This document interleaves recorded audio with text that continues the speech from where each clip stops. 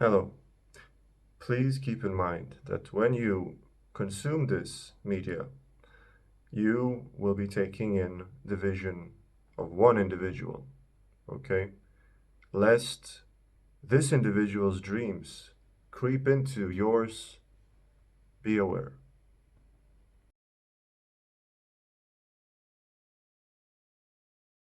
So, another vision as to why the city does not exist anymore.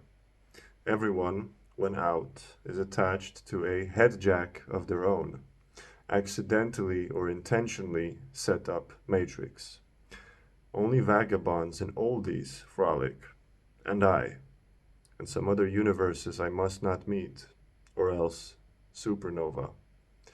But this will likely change soon, likely due to extremizing separation between the unopen and the head-jacked, and the birds people. Oh, the birds people. Who will place out feeders for them? Will it be the same force that greens and ephemeralizes the unforgivable sharpness of the city? P.S. I remain astounded by the titanic variation in vibe between city people and small town folk. And the small town folk who stayed, and the small town folk who never left. So, what do we make of this? Well, it's that the city, for me, recently has a sort of energy of complete lack of discovery. Everything has been so companized and gentrified and packaged and idea form that you go to the city almost always knowing what you're going to do there, unless you go to the parks. Of course, exceptions exist. I am always saying that to every rule there's an exception. This is why we're here, sort of. But the city has become this sort of neon Lego sharp, cars with LED lights that look like it's the headlights on, just blasting. And it's not, people don't look each other in the eye anymore. At least, of course, again, exceptions exist. But here up in Scandinavia, already was it less the case that people looked each other in the eye. And now it's even less so. And to be fair, why would you? Why would you?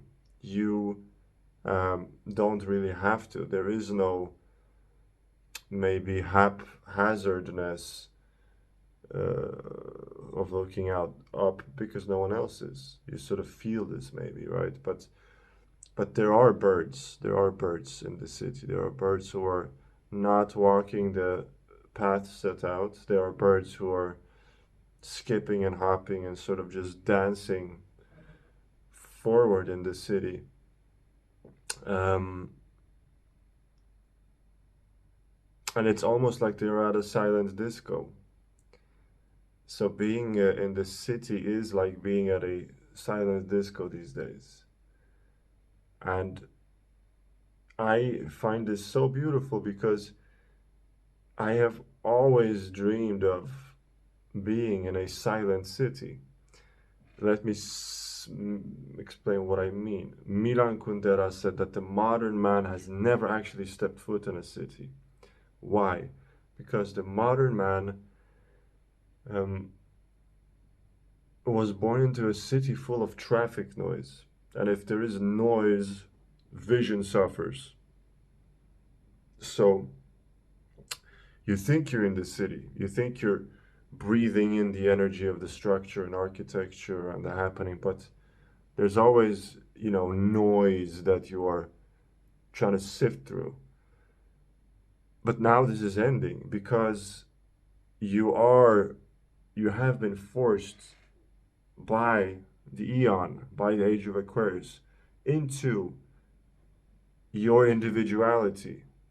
You realize that I run my own programs, and you fully went back into your body and you trusted Shakti, etc. And suddenly, the city is not noisy anymore. It's not that the noise is gone, but you are realizing that there is only you as a cosmos, everything else is decoration. If someone else has realized this too, you meet, right? You meet. You may meet otherwise as well. Again, exceptions always there.